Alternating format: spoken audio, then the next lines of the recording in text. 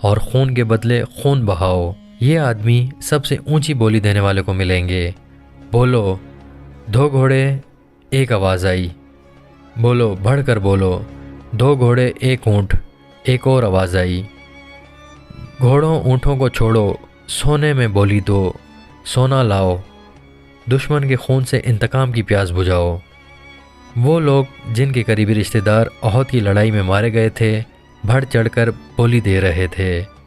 خبیب رضی اللہ تعالیٰ عنہ اور زید رضی اللہ تعالیٰ عنہ چپ چاپ کھڑے تھے۔ ان کے چہروں پر خوف نہ تھا، گھبراہٹ نہیں تھی، ہلکی سی بے چینی بھی نہیں تھی۔ خالد ہجوم کو چیرتا ہوا آگے چلا گیا۔ او قریش کے سردار کے جنگجو بیٹے، خبیب رضی اللہ تعالیٰ عنہ نے خالد کو دیکھ کر بڑی بلند آواز سے کہا، تیرا قبیلہ ہم دونوں کا خون بہا کر اس مقدس آواز کو خاموش نہیں کر سکتا جو غارِ حرا سے اٹھی ہے۔ لا اپنے قبیلے کا کوئی نامور لڑاکا اور میرے ہاتھ کھلوا دے، پھر دیکھ کون کس کے خون سے پیاس بجھاتا ہے۔ میدان جنگ میں پیٹھ دکھانے والوں، زید نے گرجدار آواز میں کہا، تم نے شکست کا انتقام ہمارے بھائیوں کی لاشوں سے لیا۔ تمہاری عورتوں نے احد کے میدان میں ہماری لاشوں کے کان اور ناک کاٹ کر ان کے ہار اپنے گلوں میں لٹکائے ہیں۔ آج 4 برس بعد مدینہ کی طرف جاتے ہوئے خالد کو خبیب رضی اللہ تعالیٰ عنہ اور زید رضی اللہ تعالیٰ عنہ کی للکار اور تانے صاف سنائی دے رہے تھے۔ وہ زید رضی اللہ تعالیٰ عنہ کے تانے کو برداشت نہیں کر سکا تھا۔ آج 4 برس بعد اسے یہ تانا یاد آیا تو بھی اس کا جسم کانپ اٹھا۔ اسے احد کے میدان کا وہ منظر یاد آیا جب ابو سفیان کی بیوی ہند نے حمزہ رضی اللہ تعالیٰ عنہ کی لاش کا کلیجہ نکال کر اپنے منہ میں ڈال لیا اور چبا کر اگل دیا تھا۔ اسی عورت نے اپنے ساتھ کی عورتوں سے کہا تھا کہ وہ مسلمانوں کی لاشوں کے کان اور ناک کاٹ لائیں۔ ان عورتوں نے اس کے آگے کانوں اور ناکوں کا ڈھیر لگا دیا تھا۔ ہند نے ان کانوں اور ناکوں کا ہار بنایا اور اپنے گلے میں ڈال لیا تھا، اور وہ پاگلوں کی طرح میدان میں ایک گیت گاتی اور ناچتی پھرتی تھی۔ اس منظر کو اس کے خاوند ابو سفیان نے پسند نہیں کیا تھا۔ خالد نے تو نفرت سے منہ پھیر لیا تھا۔ 3-4 ماہ بعد 2 مسلمان جن کے ہاتھ رسیوں سے بندھے ہوئے تھے اسے تانے دے رہے تھے۔ وہ اچھے طریقے سے انتقام لینے والا آدمی نہیں تھا۔ وہ یہاں سے کھسک آیا اور اہل قریش کے ہجوم میں گم ہو گیا۔ اسے اس قبیلے کا ایک آدمی مل گیا جو ان 2 مسلمانوں کو پکڑ لایا تھا۔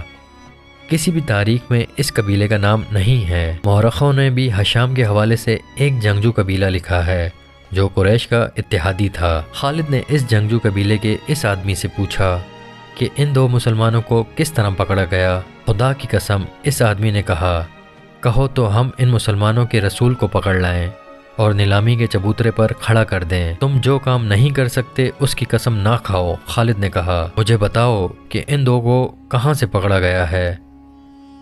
یہ 6 تھے، اس شخص نے جواب دیا۔ ہم نے احد میں مارے جانے والوں کا انتقام لیا ہے، آئندہ بھی ایسے ہی انتقام لیتے رہیں گے۔ ہمارے قبیلے کے کچھ آدمی مدینہ میں محمد صلی اللہ علیہ وسلم کے پاس گئے اور کہا کہ وہ اسلام قبول کرنے آئے ہیں۔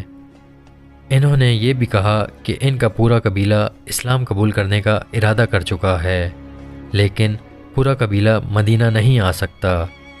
ہمارے ان آدمیوں نے محمد صلی اللہ علیہ وسلم سے کہا کہ ان کے ساتھ چند ایک مسلمانوں کو ان کے قبیلے میں بھیجا جائے جو پورے قبیلے کو مسلمان کرے اور پھر قبیلے کو مذہبی تعلیم دینے کے لیے کچھ عرصہ وہیں رہے۔ ہمارے یہ آدمی جب واپس آئے تو ان کے ساتھ 6 مسلمان تھے۔ ادھر ہمارے سردار شارجہ بن مغیث نے 100 آدمیوں کو رجی کے مقام پر بھیج دیا۔ جب یہ 6 مسلمان رجی پہنچے تو ہمارے 100 آدمیوں نے انہیں گھیر لیا۔ تم سن کر حیران ہوگے کہ یہ 6 مسلمان تلواریں نکال کر 100 آدمیوں سے مقابلے پر آ گئے۔ ہم نے 3 کو مار ڈالا اور 3 کو پکڑ لیا، ان کے ہاتھ رسیوں سے باندھ دیے۔ شارجہ بن مغیث نے حکم دیا تھا کہ مدینہ سے کچھ مسلمان تمہارے دھوکے میں آ کر تمہارے ساتھ آ گئے تو ان میں سے 2-3 کو مکہ لے جانا اور انتقام لینے والوں کے ہاتھوں فروخت کر دینا۔ ہم 3 کو ادھر لا رہے تھے، راستے میں ان میں سے ایک نے رسیوں میں سے ہاتھ نکال لیے، مگر وہ بھاگا نہیں۔ وہ اتنا پھرتیلا تھا کہ اس نے ہمارے ایک آدمی کی نیام سے تلوار نکال لی کیونکہ اسے ہم نے تنہا کر رکھا تھا۔ اس نے بڑی تیزی سے ہمارے 2 آدمیوں کو مار ڈالا۔ اکیلا آدمی اتنے سارے آدمیوں کا مقابلہ کب تک کرتا؟ وہ مارا گیا اور ہم نے اس کے جسم کا کیما کر دیا۔ یہ 2 رہ گئے ہیں۔ ہم نے ان کے ہاتھ اور زیادہ مضبوطی سے باندھ دیے اور یہاں لے آئے۔ اور تم خوش ہو؟ خالد نے اسے تنزیہ کہا۔ محمد صلی اللہ علیہ وسلم کیا کہے گا؟ اہل قریش اور ان کے دوست قبیلے اتنے بزدل ہو گئے ہیں کہ اب دھوکہ دینے اور 6 آدمیوں کو 100 سے مروانے پر اتر آئے ہیں۔ کیا تم نے مجھے یہ بات سناتے شرم محسوس نہیں کی؟ کیا ان 100 آدمیوں نے اپنی ماؤں کو شرمسار نہیں کیا جن کا انہوں نے دودھ پیا ہے؟ تم نے میدان جنگ میں مسلمانوں کا کیا بگاڑ لیا تھا؟ ولید کے بیٹے اس آدمی نے کہا۔ کیا تم محمد صلی اللہ علیہ وسلم کی طاقت کا مقابلہ کر سکتے ہو؟ بدر میں 1000 قریش 313 مسلمانوں سے مار کھا کر آئے تھے۔ احد کی لڑائی میں محمد صلی اللہ علیہ وسلم کے پیروکار کتنی تعداد میں تھے؟ 700 سے کم ہوں گے، زیادہ نہیں۔ قریش کتنے تھے؟ ہزاروں۔ سن خالد بن ولید، محمد صلی اللہ علیہ وسلم کے ہاتھ میں جادو ہے۔ جہاں جادو چلتا ہے وہاں تلوار نہیں چل سکتی۔ پھر تمہاری تلوار کس طرح چل گئی؟ خالد نے پوچھا۔ اگر محمد صلی اللہ علیہ وسلم کے ہاتھ میں جادو ہے تو وہ تمہارے سردار شارجہ بن مغیث کے دھوکے میں کس طرح آ گیا؟ اس کے 4 آدمیوں کو کس طرح مار ڈالا؟ ان 2 کو محمد صلی اللہ علیہ وسلم کا جادو آزاد کیوں نہیں کرا دیتا؟ تم جس چیز کا مقابلہ کرنے کی جرت نہیں رکھتے اسے جادو کہہ دیتے ہو۔ ہم نے جادو کو جادو سے کاٹا ہے، شارجہ بن مغیث کے قبیلے کے آدمی نے کہا۔ ہمارے پاس یہودی جادوگر آئے تھے، ان کے ساتھ 3 جادوگرنیاں بھی تھیں۔ ان میں سے ایک کا نام یوحاوا ہے۔ ہم نے اپنی آنکھوں سے دیکھا ہے، ایک گھنی جھاڑی میں سے ایک برچھی زمین سے سرکتی ہوئی باہر آئی۔ یہ برچھی جھاڑی میں واپس چلی گئی اور سانپ بن کر واپس آئی۔ یہ سانپ واپس جھاڑی میں چلا گیا۔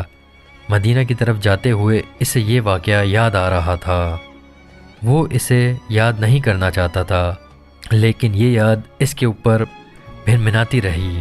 اسے یوحاوا یاد آئی۔ وہ جادوگرنی تھی یا نہیں؟ اس کے حسن میں، جسم کی ساخت، مسکراہٹ اور بولنے کے انداز میں جادو تھا۔ اس نے جب شارجہ بن مغیث کے اس آدمی کے منہ سے یوحاوا کا نام سنا تو چونکا۔ معرکہ احد کے بعد جب اہل قریش کی فوج مکہ واپس آئی تھی تو مکہ کے یہودی ایسے انداز سے ابو سفیان، خالد اور اکرمہ کے پاس آئے تھے جیسے احد میں یہودیوں کو شکست ہوئی ہو۔ یہودیوں کے سردار نے ابو سفیان سے کہا تھا کہ مسلمانوں کو شکست نہیں ہوئی اور لڑائی ہار جیت کے بغیر ختم ہو گئی ہے، تو یہ قریش کی شکست ہے، یہ یہودیوں کی ناکامی ہے۔ یہودیوں نے اہل قریش کے ساتھ اس طرح ہمدردی کا اظہار کیا تھا جیسے وہ اہل قریش کی ناکامی پر غم سے مرے جا رہے ہیں۔ انہی دنوں خالد نے پہلی بار یوحاوا کو دیکھا تھا۔ وہ اپنے گھوڑے کی ٹہلائی کے لیے آبادی سے باہر نکل گیا تھا۔ جب وہ واپس آ رہا تھا تو راستے میں اسے یوحاوا مل گئی۔ یوحاوا کی مسکراہٹ نے اسے روک دیا۔ میں تسلیم نہیں کر سکتی، ولید کا بیٹا جنگ سے ناکام لوٹ آیا ہے، یوحاوا نے کہا، اور خالد کے گھوڑے کی گردن پر ہاتھ پھیرنے لگی اور بولی، مجھے اس گھوڑے سے پیار ہے جو مسلمانوں کے خلاف لڑنے گیا۔ خالد یوں گھوڑے سے اتر آیا جیسے یوحاوا کے جادو نے اسے گھوڑے سے زمین پر کھڑا کر دیا ہو۔ اس سے بڑی ناکامی اور کیا ہوگی کہ تم مسلمانوں کو شکست نہیں دے سکے، یوحاوا نے کہا۔ تمہاری شکست ہماری شکست ہے، اب ہم تمہارا ساتھ دیں گے، لیکن تمہارے ساتھ ہوتے ہوئے بھی تم ہمیں اپنے ساتھ نہیں دیکھ سکو گے۔ خالد نے یوں محسوس کیا جیسے اس کی زبان بند ہو گئی ہو۔ تلواروں، برچھیوں اور تیروں کی بوچھاڑوں کا مقابلہ کرنے والا خالد یوحاوا کی مسکراہٹ کا مقابلہ نہیں کر سکا۔ اگر یہودی ہمارے ساتھ نہیں ہوں گے تو ہمارے کس کام آ سکیں گے؟ خالد نے پوچھا۔ کیا تم سمجھتے ہو کہ صرف تیر ہی انسان کے جسم سے پار ہو جاتا ہے؟ یوحاوا نے کہا۔ عورت کا تبسم تم جیسے دلیر اور بہادر مردوں کے ہاتھوں سے تلوار گرا سکتا ہے۔ خالد اس سے کچھ پوچھنا چاہتا تھا لیکن کچھ پوچھ نہ سکا۔ یوحوا نے اس کی آنکھوں میں آنکھیں ڈالی اور پھولوں کی پکڑیوں جیسے ہونٹوں پر تبسم آ گیا۔ یوحوا آگے چل پڑی۔ خالد اسے دیکھتا رہا۔ اس کے گھوڑے نے خر مارا تو خالد اپنے آپ میں آ گیا۔ وہ بڑی تیزی سے گھوڑے پر سوار ہوا اور چل پڑا۔ کچھ دور آ کر اس نے پیچھے دیکھا۔ یوحوا رک کر اسے دیکھ رہی تھی۔ یوحوا نے اپنا ہاتھ ذرا اوپر کر کے لہرایا۔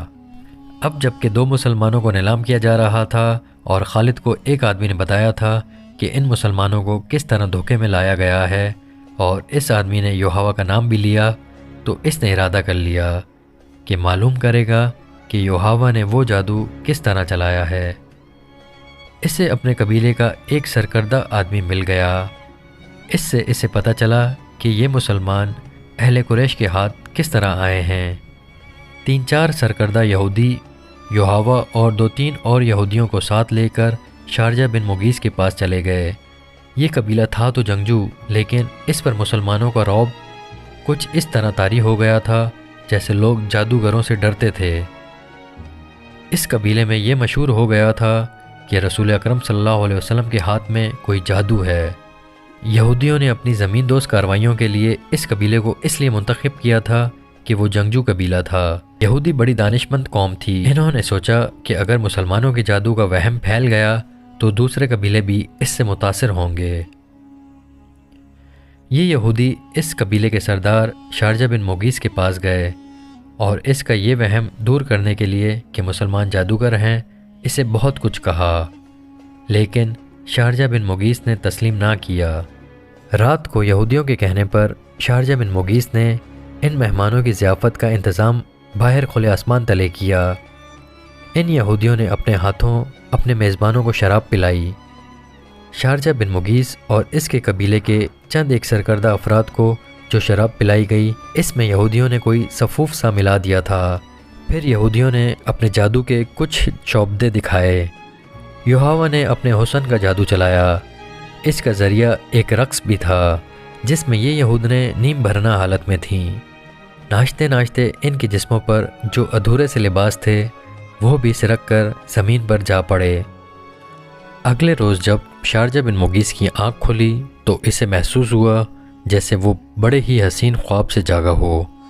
اس کے خیالات بدلے ہوئے تھے۔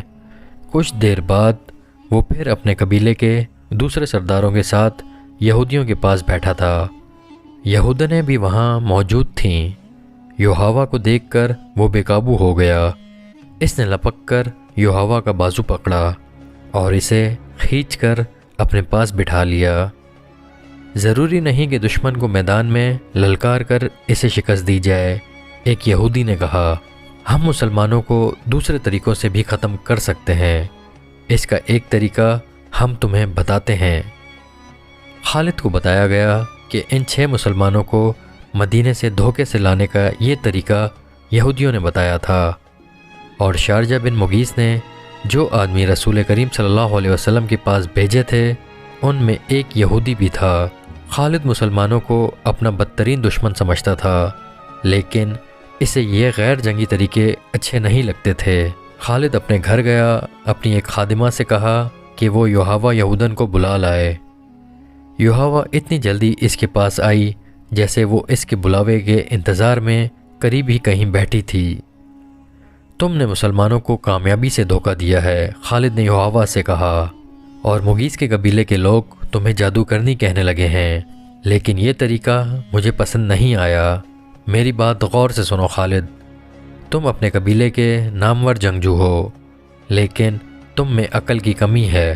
دشمن کو مارنا ہے، تلوار سے مارو اور اسے تیکھی نظروں سے ہلاک کر دو۔ تیر اور تلوار چلائے بغیر دشمن کو کوئی مجھ جیسی عورت ہی مار سکتی ہے۔ آج 4 برس بعد وہ جب صحرا میں تنہا جا رہا تھا تو یوحوا کی باتیں اسے یاد آ رہی تھیں۔ اس حد تک وہ خوش تھا کہ یہودی ان کے ساتھ تھے، لیکن اسے یہ بھی معلوم تھا کہ یہودیوں کی دوستی میں جہاں مسلمانوں کی دشمنی ہے وہاں ان کے اپنے مفادات بھی ہیں۔ البتہ اس نے تسلیم کر لیا تھا کہ یوحوا اگر جادوگرنی نہیں تو اس کے سراپا میں جادو کا کوئی اثر ضرور ہے۔ خالد کا گھوڑا مدینے کی طرف چلا جا رہا تھا۔ اس کے ذہن میں پھر خبیب رضی اللہ تعالیٰ عنہ اور زید رضی اللہ تعالیٰ عنہ آ گئے۔ لوگ ان کی بولیاں بڑھ بڑھ کر دے رہے تھے۔ آخر سودا ہو گیا اور قریش کے 2 آدمیوں نے انہیں بہت سے سونے کے عوض خرید لیا۔ یہ دونوں آدمی ان دونوں صحابیوں رضی اللہ تعالیٰ عنہ کو ابو سفیان کے پاس لے گئے۔ ہم نے اپنے عقیدے سے ہٹ کر محمد صلی اللہ علیہ وسلم کے پاس چلے جانے والے ان 2 آدمیوں کو اس لیے خریدا ہے کہ ان اہل قریش کے خون کا انتقام لیں جو احد کے میدان میں مارے گئے تھے۔ انہیں خریدنے والوں نے کہا، ہم انہیں آپ کے حوالے کرتے ہیں، آپ قریش کے سردار و سالار ہیں۔ ہاں، ابو سفیان نے کہا، مکہ کی زمین مسلمانوں کے خون کی پیاسی ہے، ان 2 مسلمانوں کا خون اپنی زمین کو پلا دو۔ لیکن مجھے یاد آ گیا ہے کہ یہ مہینہ جو گزر رہا ہے ہمارے دیوتاؤں عزا اور حبل کا مقدس مہینہ ہے، یہ مہینہ ختم ہو لینے دو۔ اگلے دن انہیں کھلے میدان میں لے جا کر لکڑی کے کھمبوں کے ساتھ باندھ دینا اور مجھے بلا لینا۔